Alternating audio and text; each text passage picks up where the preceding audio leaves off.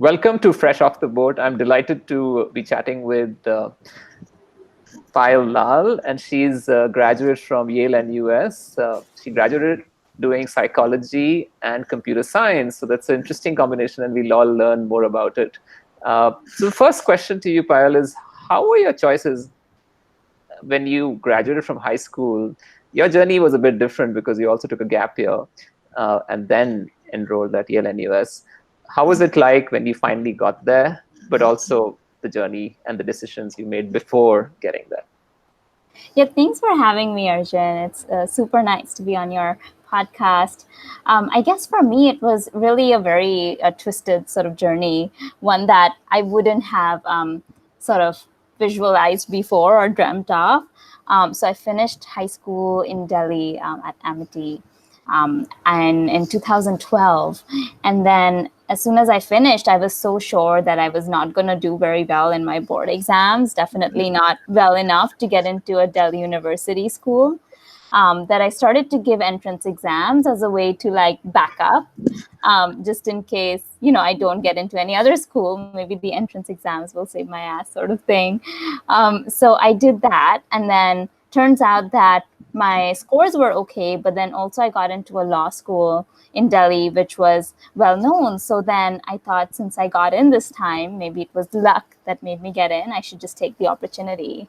So I took it, and then I went into law school in like August of 2012, and I absolutely did not like it. So within 4 days, I was sure that this was not going to be my future, and I left. So that was a sort of I was a law school dropout, and after just 4 days of being in law school, I found myself in a place where I could decide what I wanted to do. And on one hand, it was a bit nerve wracking, but I would say that was a very small part of it. It was more inspiring and exciting because now the whole world and a lot of possibilities were suddenly open.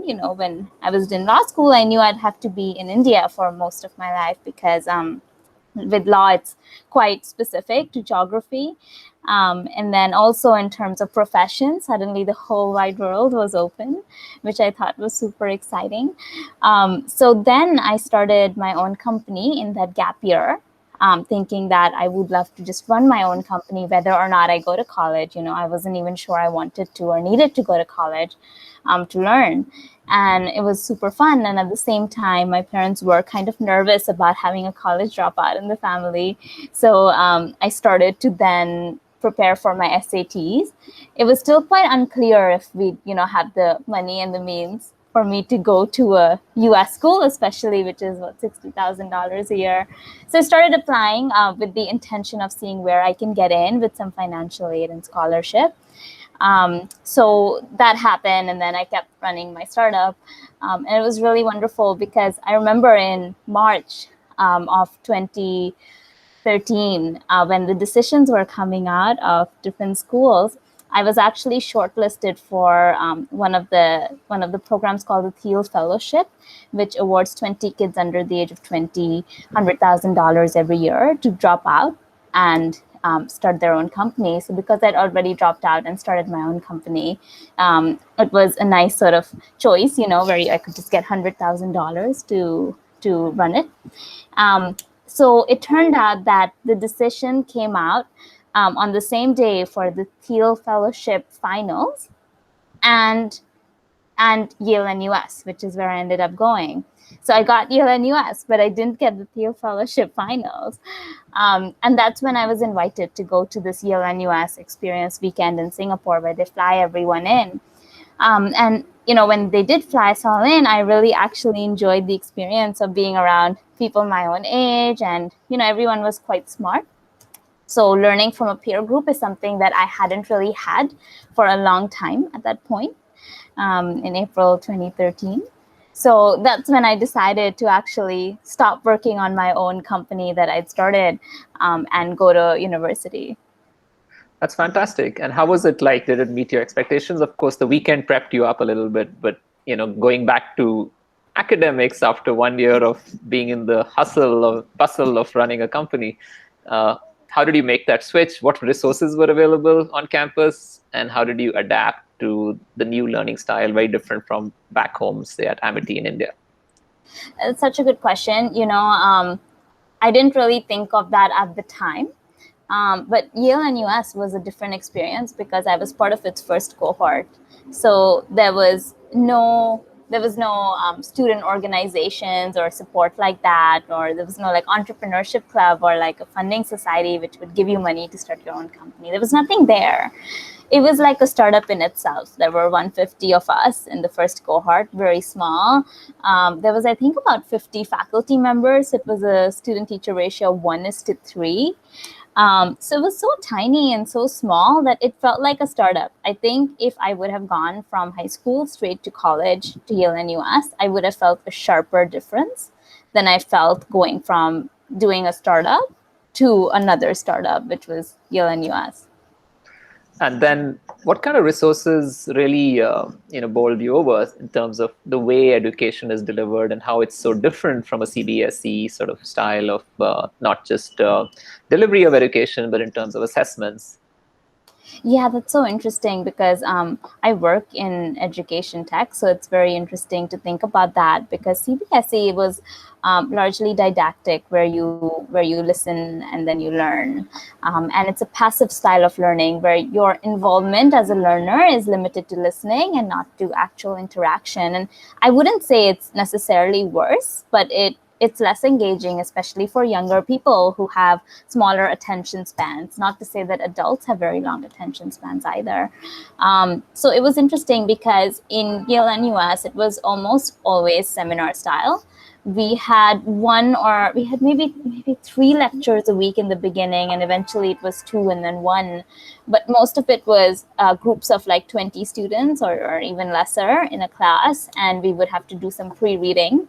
And then we'd have to show up to class and actually talk about it, and not just talk about it in a way like, oh, summarize what you learned, but we'd have to have opinions.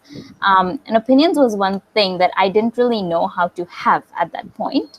Like I knew how to read and understand and say that back to a teacher, but to have your own opinion was really hard. And one of the first things I remember struggling with in the first month, all of us were, because we didn't have any seniors to tell us this, was that you don't have to do all the pre-reading. So the whole idea of like skimming through material and showing up to class, that was quite new to me. So in that sense, it was an adjustment. I'm not sure if you went decided studying psychology and doing a minor in computer science. Was it something that you meandered into? And how did that decision work for you? While you're working now, you might be able to reflect back as to what are the great things about what you studied in psych. And of course, CS is something you'd obviously credit because you're working in a tech company. So tell us more. I don't know, because I feel like no matter what I had studied, it would come into some sort of use now. So I feel like that's true for a liberal arts education, I think. Maybe not if you're doing like engineering or medicine, in which case, of course, you need to have very domain-specific expertise. In my case, I went in not really deciding what to do. I thought of maybe economics because that felt like a conventional choice and it felt like an interesting topic. But at Yale-NUS, the first 2 years were actually just common curriculum. So there was no need to choose right away. You could explore. And what I really appreciated about that exploration process was that it taught me how to learn different types of topics, which I otherwise would not have. So after I graduated, one of the significant differences I felt in my thinking was that I could pick up things faster than I could before. So even if it was a scientific concept that before I would not have been able to pick up, especially since I did not do much science in school, I felt like now I could, just because I had been taught how to think about those things. So I decided on a psychology major and a computer science minor in my second or third year of college. And I think it was the reason I chose those things was I was interested in psychology. And I really enjoyed the whole coding process. And it was just something I wanted to explore to see if it's something I want to do. And just in general, because it's a useful skill to have. Like now, I would say, looking back, psychology is definitely useful because just being able to look more closely at people and understanding them, whether it's you obviously don't know what they're thinking, but just understanding them and having the capability to empathize with them helps a lot. I don't know if that really is something that you have to do psychology for as a major, but it helps, especially if you're in a customer facing role like me. And I would say that even for computer science, I don't use it anymore in my day to day. So I don't even remember much of it. But I think it helps if you're in tech, because a lot of people you talk to will be using terminologies and jargons that you otherwise may not know. So it really helps to have one sort of your two majors be technical if you're going into tech. Wonderful. Yale and US seems like a place which is so pioneering and obviously let students participate in building traditions or building even the curriculum in some sense. Uh, what is it that you feel that you were able to do beyond academics at Yale and US, and not just you, the first few batches, able to sort of build up as a social infrastructure for that institution? Yeah, I would say, with a lot of college education, sure, like part of it is the classroom, and then so much of it is outside the classroom. So, student organizations and residential life is so important. And this was particularly interesting for the reason that much of the student population was from Asian countries.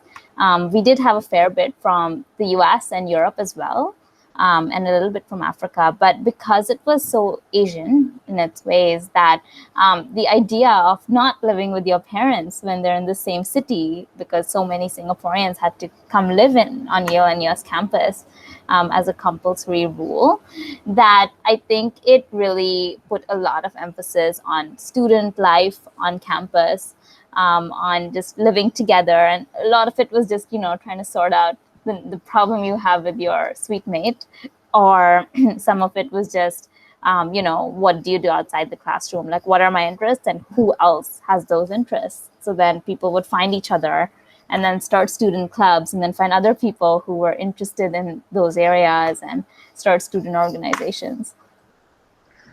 So you also had Yale as the Connecticut campus as sort of not just a donor but a very close partner to Yale and US.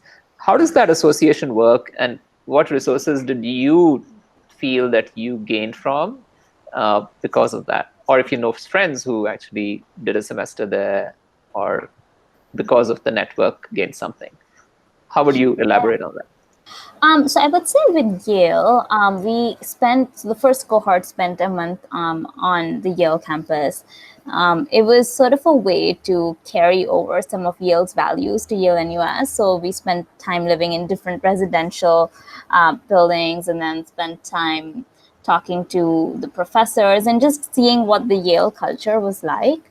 And that really helped, I think, because just seeing the types of activities that people would do, like go to a talk by a famous professor in the evening, or it could be just meeting friends who are interested in the same things, or there was a lot of musical and dancing abilities, so people would organize shows and whatnot as well. So a lot of that came from the first month. And then after that, students did have the capability to do an exchange there. So they would spend one semester on the Yale campus if they wanted. There wasn't, so that would have to be in place of another semester you did somewhere else. So some people would choose to go to countries that they wanted to explore. So if my friend wants to learn Korean or is learning Korean, they would choose to go to Korea instead of going to Yale. But we did have a sizable amount going to Yale every year.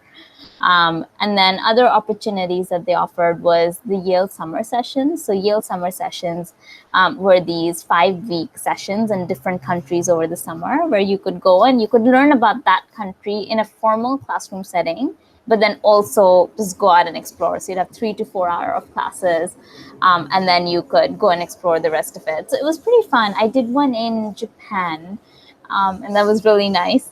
So it was nice to have the resources of NUS and the network that NUS has in Singapore, while having access to these opportunities, which were very sort of personal focused from Yale. That's fantastic. And in terms of the alumni network and other such connections, I'm sure there would be interesting events. And now, of course, it's all online. So just being part of a larger online bubble of a Yale community would be interesting. Are you still in touch? I know it's been 3 years since you graduated. What is the alumni connection for you, and how does it work for you? I think that's a good question. I'm only recently starting to see alumni benefits because when I graduated, then my cohort was the only alumni, right? We were the first members of the alumni club. So, in traditional settings, you can tap on alumni for internships or jobs as you're graduating. In my case, we didn't have alumni to do that. So we didn't feel the power of alumni just then. But I think when, this year, especially now that we have, I believe, 3 cohorts who are out of college, or maybe even more, 3, I think. It's been really wonderful because I think I can reach out to anyone who's been to Yale-NUS and expect a response from them. And, it's nice because everyone goes into different areas, but some also go into the same area. So the way that the network is growing is it's quite nice to see. Wonderful. I'm going to switch gears and actually come to the meat of our conversation. I was itching to get to was your interest in entrepreneurship and the mindset that you think you developed over the years, starting a company straight out of college and then doing something again while you were in college and taking the plunge of maybe spending a year building that out, or 2 years, more than 2 years building out social MOOCs. So tell us about what it takes to make those decisions and what was the learning from that experience. Yeah, I think for me, like startups were something that were always super fun because it felt like you were making some sort of impact or change, or trying to make the world a little bit better. So it had that idealistic aspect, but at the same time, it had this hustle where you really have to work very hard to make things a reality, to make something out of nothing. So, when I started my first company, I was 18. And I think at the time, I knew very little about what it meant to start a company. So that was a very, very steep learning curve and while learning a lot. And then my second company was also around the same year. It was sort of like a t-shirt business that I started with my best friend. And then the third one was during college, which was on the social move side. So it's certainly like a very interesting experience to start your own company. And then after that, I worked at a startup actually after I graduated. So even being an employee, I felt that the thing I really enjoyed about startups was the ability to make an impact very quickly on what the team is doing and to learn a very broad range of skills. For me, what would really drive me every single time, is that I just saw something I really wanted. And I just wanted to see that product or service in the world. Like, I just felt like this is something that the world should have and that I especially want. And that would just drive me to build it, like every day I just wanted that product. I think there were times that I'd started things that didn't last very long, like 2-day startups or 1-month startups kind of thing. So I had a lot of those peppered in the middle. And I felt that for those were just things that I didn't need badly enough, or things that along the way I realized were not relevant for whatever reason, and I was not really solving a problem. So I would say that it was a mix of things, but in the end, what would really drive me is I just really want this thing to exist. So what inspirations or resources that came your way by serendipity or by sort of design? I remember meeting you before you were going to Israel, and we had this conversation about the fact that you could go there and maybe build out features for your social MOOC startup. In combination, and if you reflect back, what are the inspirations you've had to keep at it and keep building something which probably might not see light of day or might not end up the way you wanted? I think it's the process has been quite enjoyable for me each time. I really don't mind staying up late doing things like that. It's sort of like a fun thing for me. So it never really felt like work, I would say. So it didn't need any additional motivation or driver. I would say, to answer your question about resources, that I really feel like there was a big difference when I had resources and when I didn't. So I think the number one resource that was helpful to me was like mentorship. So early on, I didn't really have too many mentors, and that was, I think, a huge barrier. As I started to like grow my network and find mentors, people who had been there, done that, who knew a little bit, they would point out my blind spots, which I to date think are so useful to know. So there were just many things that I didn't know. For instance, when I was 18, working on my first startup, I just did not know that you shouldn't build a product before testing the market.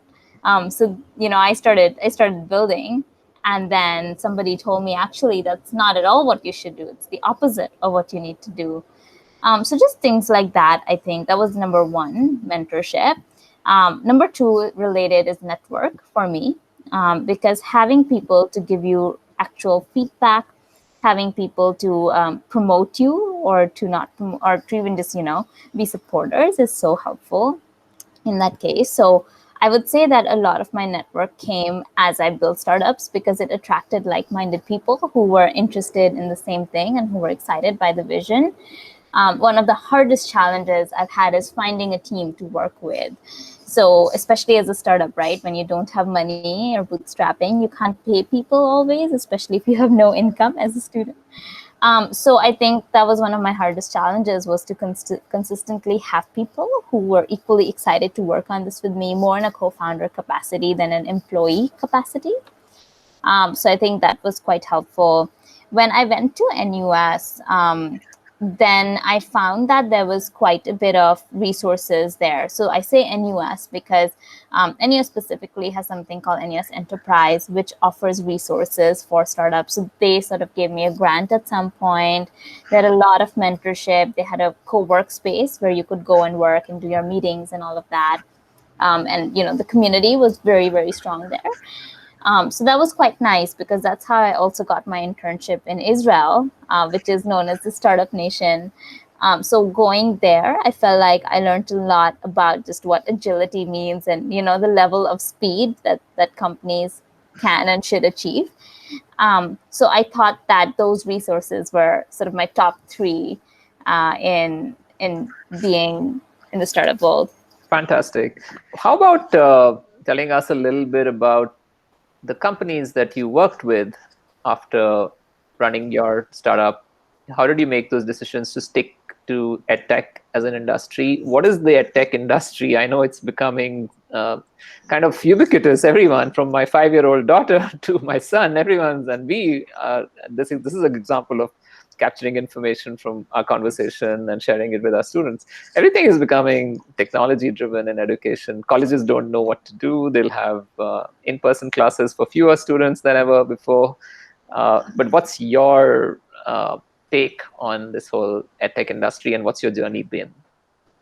Yeah, I would say there's just so broad, like there's this whole area of K through 12, there's preschooling, then there's higher ed, which includes universities and postgraduate programs, and then there's adult learning, there's lifelong learning, then there's the whole private tutor market. So it's a lot of different things, I would say, and it's such a broad phrase. The thing I like about the industry is the people, because they generally are the kinds who have some lofty goal in mind for how they want to make learning better and accessible to everyone.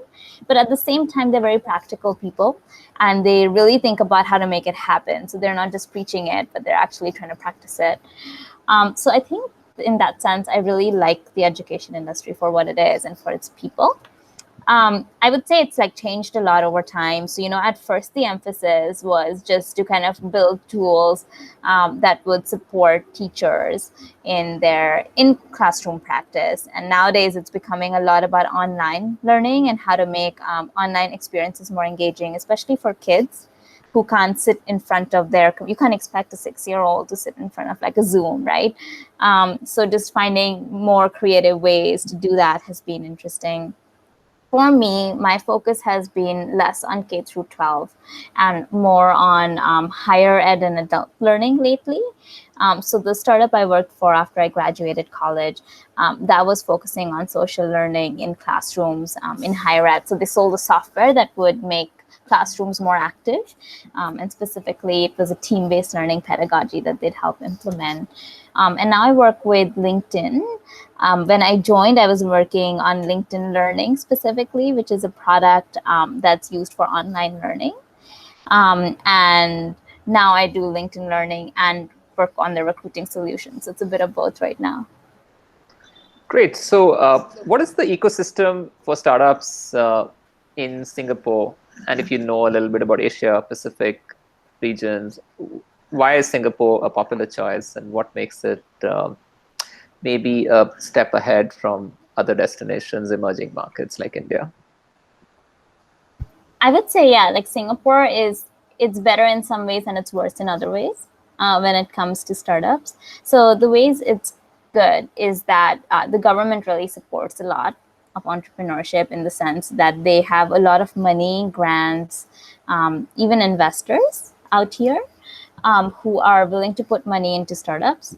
They also have a friendly system for foreign entrepreneurs who want to come and be here. They have an entrepreneur pass, which is great.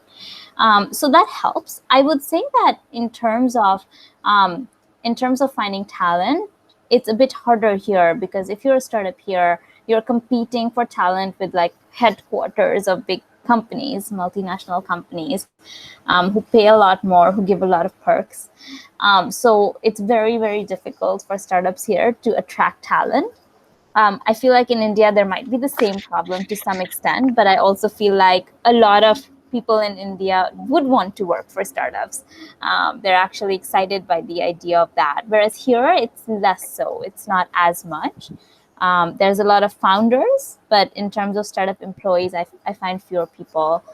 And I would say that, when it comes to emerging markets, Singapore has fewer problems to solve than other emerging markets. So when you walk out on the street in a developing nation, you actually see a lot of things you can change and that you can help with, like, whether it's like noise pollution or whether it's people on the street who could use some food. So there's a lot of things to solve. Whereas in Singapore, the public sector, the government takes care of a lot of things.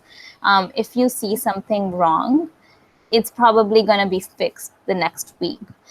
So because the government is so efficient, which is great, it does reduce the number of problems that the country has. And the market is also very, very small. So if we have a problem here and someone does solve it, then the markets they can expand to are limited because developing nations have different markets with different problems. So in that sense, I would say it's different compared to India, and in terms of the size of the opportunity available. Absolutely. Well said. I'm going to switch to asking you about things that you care about and also your learnings. If you were to identify things that are really important to you, 1, 2, or 3, as a person, as a human being, what would you pick? I would say for me, number one is just constantly learning. On days that I don't learn new things or I don't devote an hour to learning, I feel very incomplete in ways, and I almost am in a bad mood.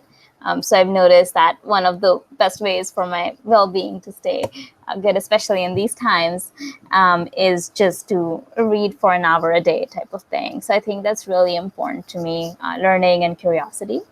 I think number two would be friends and family. So I think that keeping your close ones close always and prioritizing them over work, especially or studying or whatever you do. I think that's been something that's key for me. And I think number three, it's like a simple one, but just like exercise and sleep. It makes such a massive difference just to your mental health and to your mood and all of that, that to me, I just try to make sure I'm sleeping the same number of hours and exercising every day. Hey, you pretty much answered the final question I was about to ask you. It was about how to deal with uncertainty and times of COVID. But let's flip the question a little bit. We know that many students will not be able to make it to campus for whatever reason, and education as we know it has been given that push to reinvent, reimagine. What advice would you give high school kids who were supposed to start college or the ones who were supposed to go back to the next year of college, how do you deal with uncertainty, and how do you constantly keep learning, and somehow also have that social experience available to them online if it's not going to happen on campus very soon? Right. Yeah, I think it's really important to for students right now who are going into college or thinking of going into college to have a really long, hard think about why they were going to college. Was it to get into a particular field or to study something that they haven't been able to explore yet? I know for some kids, especially the ones going abroad, it's super important to, for some of them, it's super important to go into those areas that they couldn't have found in India as easily, such as deep tech, maybe. So I find that just thinking about what it is that you want out of college experience is important, because if it's just the social life and the student organizations and all of that, maybe now is not the best time to go into that sort of system, because you don't know if that's going to happen for another year or so. But then on the other hand, I do think that this is an opportunity in ways, because the next set of students who go into college will be a huge part in defining what the future of college even looks like.